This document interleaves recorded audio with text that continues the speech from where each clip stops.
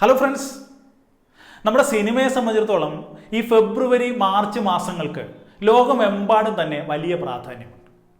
പ്രാധാന്യം എന്താണെന്ന് വെച്ച് കഴിഞ്ഞാൽ ഒരു വർഷം ഇറങ്ങിയ സിനിമകളെ വിലയിരുത്താനും അതിൽ മികച്ച പെർഫോമൻസ് കാഴ്ചവെച്ച കലാകാരന്മാരെയും സിനിമയെയും ഒക്കെ ആദരിക്കാനുമൊക്കെ ഉപയോഗിക്കുന്ന മാസങ്ങളാണ് ഇതൊക്കെ. ഇന്ന് രാവിലെ ലോകപ്രശസ്തമായ ഓസ്കാർ അവാർഡ് പ്രഖ്യാപനം നടക്കുന്നത് നമ്മൾ കണ്ടു. നമ്മുടെ കേരള സംസ്ഥാന ചലച്ചിത്ര പുരസ്കാരത്തിനായിട്ടുള്ള മത്സരവും നടക്കുകയാണ് തിരുവനന്തപുരത്ത്. 104 ചിത്രങ്ങളാണ് ഇത്തവണ മലയാളത്തിൽ മത്സരത്തിനായി എത്തുന്നത്. അതിൽ 100 ഫീച്ചർ സിനിമകളും 4 കുട്ടികൾക്കുള്ള ചലച്ചിത്രവുമാണെന്ന വാർത്തകളിലൊക്കെ നമ്മൾ അറിഞ്ഞു കഴിഞ്ഞു. 49ാമത് സംസ്ഥാന ചലച്ചിത്ര പുരസ്കാരം ആണ് ഈ 2019 പ്രഖ്യാപിക്കാൻ പോകുന്നത്. ഈ പ്രഖ്യാപനം ഉടനെ ഉണ്ടാകുമെന്നാണ് വാർത്തകളിലൂടെ നമ്മൾ അറിയുന്നത്. നമ്മൾ ഗൂഗിൾ ചെയ്ത് നോക്കുകയാണെങ്കിൽ, ഗൂഗിളിൽ സെർച്ച് ചെയ്യുകയാണെങ്കിൽ മാർച്ച് 7 49ാമത് കേരള സംസ്ഥാന ചലച്ചിത്ര പുരസ്കാര വിതരണം നടക്കാൻ പോകുന്നത്, അതിൻ്റെ ഇവന്റ് എന്നാണ് അറിയുന്നത്. അതേസമയം ഈ മാസം അവസാനത്തോടുകൂടി തന്നെ കേരള സംസ്ഥാന ചലച്ചിത്ര പുരസ്കാര പ്രഖ്യാപനം ഉണ്ടാകുമെന്ന് ചില മാധ്യമങ്ങളൊക്കെ റിപ്പോർട്ട് ചെയ്യുകയും ചെയ്തിരുന്നു.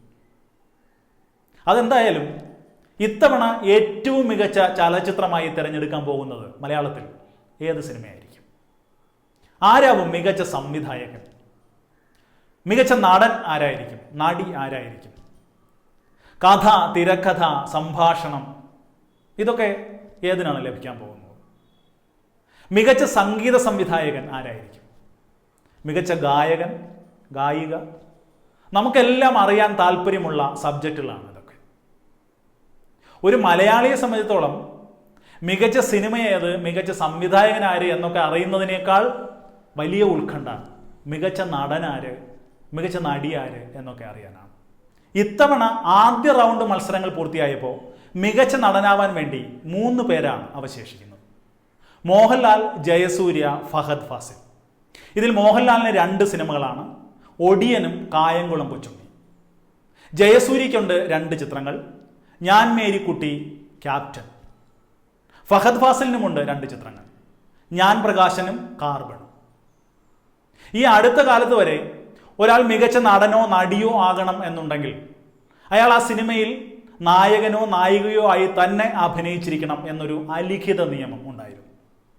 ഇതിനെ പൊളിച്ചെഴുതിയത് 2016 വിനായകൻ മികച്ച നടനായി മാറിയതോടെയാണ്. വിനായകന് കമ്മട്ടിപ്പാടം എന്ന ചിത്രത്തിലെ അസാധ്യ പെർഫോമൻസിന്റെ പേരിലാണ് അവാർഡ് കിട്ടിയത്.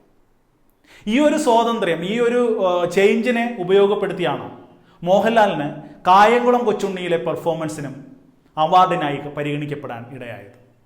നമുക്കറിയാം, 20 മിനിറ്റ് മാത്രം ആ ചിത്രത്തിൽ പ്രത്യക്ഷപ്പെടുന്ന ഇത്തിക്കര പക്കി എന്ന കഥാപാത്രത്തെ മോഹൻലാൽ പക്ഷേ ഗംഭീരമായി തന്നെ അവതരിപ്പിച്ചു.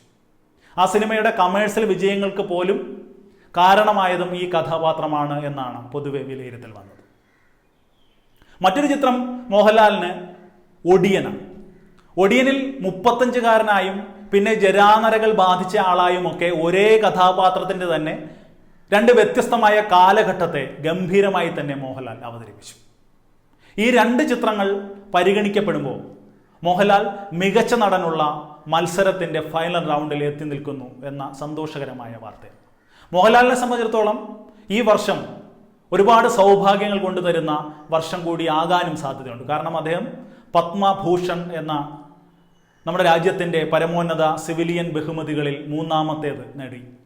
അത് ഈ വർഷമാണ്. സംസ്ഥാന ചലച്ചിത്ര പുരസ്കാരവും മോഹൻലാലിനെ തേടി എത്തുമോ എന്നറിയാൻ ഇനി കുറച്ച് ദിവസങ്ങൾ മാത്രമാണ് ബാക്കി. ഫൈനൽ റൗണ്ടിൽ മോഹൻലാലിനൊപ്പം തന്നെ കട്ടയ്ക്ക് പിടിച്ചു നിൽക്കുന്ന നടനാണ് ജയസൂര്യ. ജയസൂര്യയ്ക്ക് 2 ചിത്രങ്ങളാണ് മത്സരത്തിനായി ഉണ്ടായിരുന്നത്. ഞാൻ ആദ്യം പറഞ്ഞതുപോലെ ഞാൻ മേരിക്കുട്ടിയും ക്യാപ്റ്റൻ. ജയസൂര്യയുടെ ഞാൻ മേരിക്കുട്ടിയിലെയും ക്യാപ്റ്റനിലെയും പെർഫോമൻസ് എടുത്തു പറയേണ്ടത് തന്നെയാണ്. ഞാൻ മേരിക്കുട്ടി എന്ന ചിത്രത്തിൽ ട്രാൻസ്സെക്ഷൽ കഥാപാത്രമായ മേരിക്കുട്ടിയായി അങ്ങേയറ്റം തന്മയത്വത്തോടെ ഗംഭീരമായ പെർഫോമൻസ് ആയിരുന്നു ജയസൂര്യ നടത്തിയത്. അതേസമയം ക്യാപ്റ്റൻ എന്ന ചിത്രത്തിലേക്ക് എത്തുമ്പോൾ ലോകപ്രശസ്തനായ മലയാളി ഫുട്ബോൾ താരം VP സത്യൻ്റെ ദുരന്തപൂർണമായ ജീവിതത്തെ, ആ കഥാപാത്രത്തെ പൂർണ്ണമായും ഉൾക്കൊണ്ടുകൊണ്ട് തന്നെ ജയസൂര്യ ഗംഭീരമായി സ്ക്രീനിൽ അവതരിപ്പിച്ചു. മികച്ച നടനുള്ള പരിഗണനയ്ക്കായി ഫൈനൽ റൗണ്ടിൽ മോഹൻലാലും ജയസൂര്യയുമാണ് എന്നറിയുമ്പോൾ തീർച്ചയായും ആർക്ക് അവാർഡ് ലഭിച്ചാലും അത് അർഹതയ്ക്കുള്ള അംഗീകാരം തന്നെ ആയിരിക്കും എന്ന കാര്യത്തിൽ സംശയമില്ല. ജയസൂര്യയെ സംബന്ധിച്ച് പറയുകയാണെങ്കിൽ സ്റ്റേറ്റ് അവാർഡ് തലനാരിഴയ്ക്ക് നഷ്ടപ്പെട്ട ചരിത്രവും ജയസൂര്യയ്ക്കുണ്ട്. മോഹൻലാലിനെ സംബന്ധിച്ച് പറയുകയാണെങ്കിൽ ഏറ്റവും അധികം തവണ സംസ്ഥാന ചലച്ചിത്ര പുരസ്കാരം നേടിയ നടനാണ് മോഹൻലാൽ എങ്കിലും ഏറ്റവും അധികം തവണ മികച്ച നടനുള്ള പരിഗണനയ്ക്ക് ഫൈനൽ റൗണ്ടിലെത്തി പുറത്താകുന്നത് മോഹൻലാലാണ്. അവാർഡ് നിർണയത്തിൻ്റെയും പരിഗണനകളുടെയും ഗൗരവമുണ്ട്. ഇന്ത്യയിലെ മറ്റേതൊരു സംസ്ഥാനം കൊടുക്കുന്ന ചലച്ചിത്ര പുരസ്കാരത്തെക്കാളും വിലമതിക്കപ്പെടുന്നതാണ് കേരള സംസ്ഥാന ചലച്ചിത്ര പുരസ്കാരം. ഇത്തവണ വിഖ്യാതനായ ചലച്ചിത്രകാരൻ കുമാർ സാഹ്നിയാണ് അവാർഡ് നിർണയത്തിനുള്ള ജൂറി ചെയർമാനായി എത്തിയിരിക്കുന്നത്. ഇന്ത്യയിലെ സമാന്തര സിനിമാ പ്രസ്ഥാനത്തിൻ്റെ മാസ്റ്റർ ഫിലിം മേക്കറായി അറിയപ്പെടുന്ന കുമാർ സാഹ്നി മായാദർപ്പൺ, തരംഗ് തുടങ്ങിയ ചിത്രങ്ങളിലൂടെ ലോകത്തിൻ്റെ തന്നെ ആദരം പിടിച്ചു പറ്റിയ ചലച്ചിത്രകാരനാണ്. സംവിധായകൻ ഷെറി ഗോവിന്ദൻ, ജോർജ് കിത്തു, നിരൂപകനായ വിജയകൃഷ്ണൻ, ഛായാഗ്രാഹകൻ KG ജയൻ, എഡിറ്റർ വിനോദ് സുകുമാരൻ, സംഗീത സംവിധായകൻ PJ ഇഗ്നേഷ്യസ്, ബേണി ഇഗ്നേഷ്യസിലെ ഇഗ്നേഷ്യസ്, നടി നവ്യ നായർ, മോഹൻദാസ് എന്നിവരാണ് ജൂറി അംഗങ്ങളായി എത്തിയിട്ടുള്ളത്.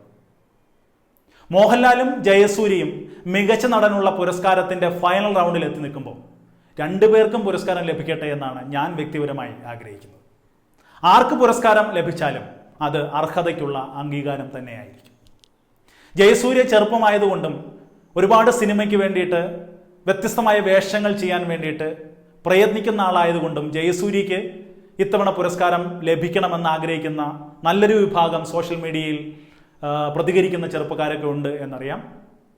ഏതായാലും കുറച്ച് ദിവസങ്ങൾക്കകം തന്നെ 49ാമത് കേരള സംസ്ഥാന ചലച്ചിത്ര പുരസ്കാരം ആർക്കൊക്കെ ലഭിച്ചു എന്ന് നമുക്ക് അറിയാൻ പറ്റും. വിജയികൾക്കെല്ലാം അഡ്വാൻസായി തന്നെ നമുക്കൊരു ആശംസകൾ, അഭിനന്ദനങ്ങൾ നേരാം. അപ്പോൾ അടുത്ത ഒരു ചിത്രത്തിൻ്റെ റിവ്യൂവുമായി, ഒരു സിനിമാ വിശേഷവുമായി വരുന്നതുവരെ ബൈ.